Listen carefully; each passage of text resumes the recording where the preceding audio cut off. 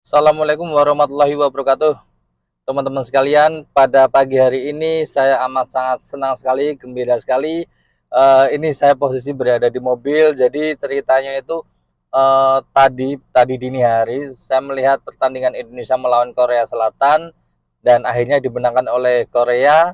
Lalu saya harus berangkat keluar kota jam setengah 4 tadi, jam 4 saya harus keluar kota. Ini nyampe di tempat tujuan karena urusan kerjaan, dan saya di SPBU ini, di pom bensin, ya karena saking bahagianya untuk men-share, untuk berbagi kemenangan ini, akhirnya saya bikin video, tapi entah enggak tahu uploadnya nanti kapan ya, mungkin siang ya, karena di sini sinyalnya agak jelek. Jadi tadinya saya pengen live tapi sinyalnya agak jelek, saya urungkan. Jadi saya bikin video ini aja, nanti saya upload kalau saya udah nyampe Semarang, udah nyampe rumah lagi. Ya, pada pagi hari ini otomatis saya senang sekali, gembira sekali karena tim kita, tim kesayangan kita berhasil memenangkan pertandingan ini dengan tempo yang, aduh, sebenarnya di babak kedua agak melambat, terus tambahan waktu itu 2 kali 15 menit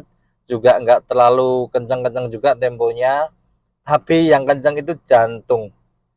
Padahal saya gini, selama saya menonton pertandingan ini ya, yang AFC ini, yang U23, saya jantung berdebar-debar itu ketika saya menonton Indonesia versus Australia. Itu saya, waduh, senam jantung banget karena kita sudah menang, kita mempertahankan kemenangan biar kita bisa melaju ke pertandingan selanjutnya biar enak gitu kan. Tapi kalau sekarang kita sudah menang, terus mereka berhasil menyamakan kedudukan dan hasilnya adu penalti. Nah, ketika adu penalti ini saya jujur aja, saya ketika Indonesia menendang, saya gak berani ngelihat, saya ke belakang minum. Ketika gol, saya kembali lagi nonton. Korea nendang, setelah itu gantian Indonesia, saya balik lagi minum lagi. Jadi dini hari itu saya minum bolak-balik ke belakang karena ya saking deg-degannya saya nggak mau nonton, aduh gitu kan. Baru ketika udah menang baru saya nonton bolak-balik hasil hasil adu penaltinya itu, karena ya saking saking senengnya lah, saking takutnya kalau Indonesia kalah gitu kan. Nah, di sini saya mau mereview aja pertandingan tadi, bahwa Korea benar-benar hebat seperti yang saya duga. Korea hebat, tapi di sini yang di luar dugaan itu Rafael Struik. Nah, bagi teman-teman atau bagi netizen yang suka membuli Rafael, kok nggak bisa mencetak gol, kok masih dipertahanin di timnas gitu kan. Sedangkan Rafael juga di sana juga sering diadu Den Haag, sering dicadangkan juga. Di sini kok masih dipanggil. Sedangkan pemain-pemain lokal di sini, kata mereka ya, pemain-pemain lokal di sini yang di liganya top chair, mancer gitu kan, tapi kok nggak dipanggil. Nah, sekarang Rafael Struik menjawabnya. Kalau kemarin-kemarin kan kita hanya bisa ngomong Rafael Struik oke, pergerakannya bagus, kecepatannya juga bagus, pinter membuka ruang. Tapi kalau di sini, di malam ini, Rafael Struik tidak hanya menciptakan 1 gol, tapi 2 gol plus 1 adu penalti. Dan golnya sangat cantik, gol-gol berkelas. Yang pertama itu gol berkelas dari luar kotak penalti, dan gol yang kedua ini dia diapit sama 2 pemain belakang dari Korea.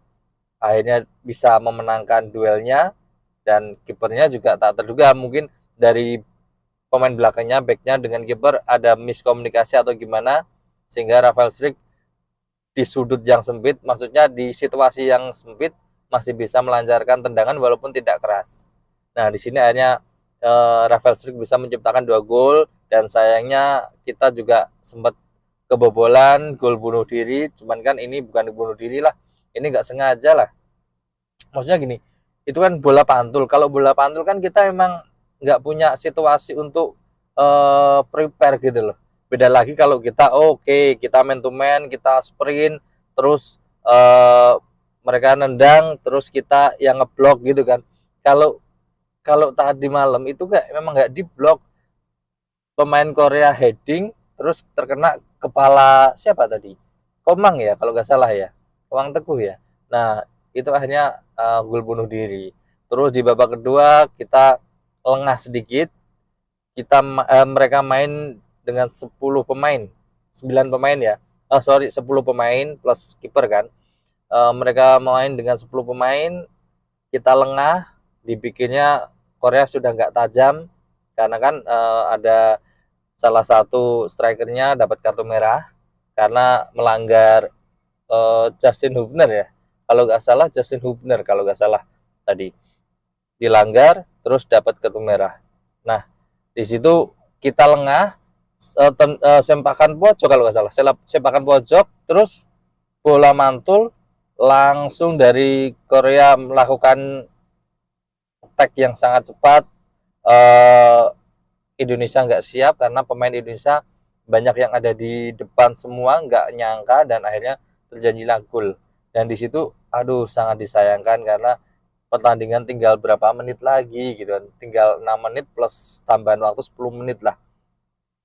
Itu sangat-sangat disayangkan, tapi ternyata akhirnya adu penalti. Di sini walaupun saya udah punya feeling adu penalti ini kita akan sedikit lebih unggul karena apa? Karena pemain-pemain kita banyak yang sudah berpengalaman, jam terbangnya tinggi. Karena gini, adu penalti itu kan oke, mungkin faktor keberuntungan oke, tapi yang tak kalah penting itu faktor mental.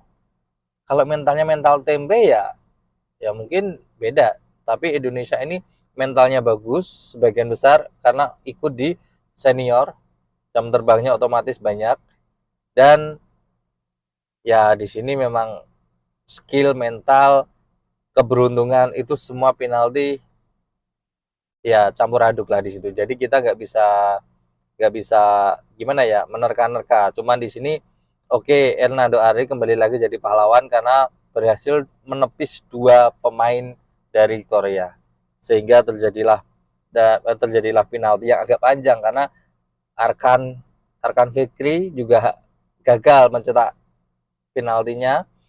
Arkan Fikri tendangannya menyentuh mistar gawang dan ya sudah, akhirnya terus sampai Hernando Ari nendang, kiper sana juga nendang sampai skornya itu 11-10. Kita menang dan ini penalti terpanjang yang saya lihat di timnas Indonesia. Udah pernah apa belum ya timnas Indonesia sampai penalti lebih dari 11 kali. 11 kali, 12 kali ya, karena kan ada yang satu gagal kan, Arkan Fikri, jadi 12 kali. Dan penutup tendangan penaltinya yaitu Pratama Arhan, dan saya sempat deg-degan gitu kan karena pada waktu tendangan Pratama Arhan itu kan sempat dibaca oleh pihak kiper, tapi tendangan Pratama Arhan lebih kenceng, jadi dari kiper gak bisa nepis, sama dengan tendangannya Ramadan Sananta. Tapi Ramadan Sananta dan Pratama Arhan ini menendang 2 kali pada waktu penalti, dan kedua-duanya ini golnya itu kipernya terkecoh, tapi di tendangan di awal enggak hampir aja enggak gol, hampir aja lah. Tapi di sini good job untuk semuanya, dan saya ini hanya berbagi kesenangan aja, enggak mau mendetail, enggak mau preview mendetail lah. Pokoknya yang penting happy, dan Indonesia sekarang ini akan berjuang untuk Indonesia besok akan melawan antara pemenangnya Arab Saudi atau Uzbekistan. Dan ketika Indonesia menangi itu, maka Indonesia nggak usah ikut playoff ke Olimpiade. Tapi kalau misalkan Indonesia nggak bisa meneruskan, Indonesia masih bisa berharap ke Olimpiade tapi lewat playoff ya. Karena Olimpiade itu yang diambil pasti 3, yang diambil pasti 4, tapi yang 3 itu udah lolos langsung, peringkat 1, 2, 3 itu lolos, yang peringkat keempat ini akan playoff bertanding dengan negara-negara di luar Asia. Oke, mungkin cukup sekian, dan wassalamualaikum warahmatullahi wabarakatuh, dan salam Bravo kemenangan Indonesia.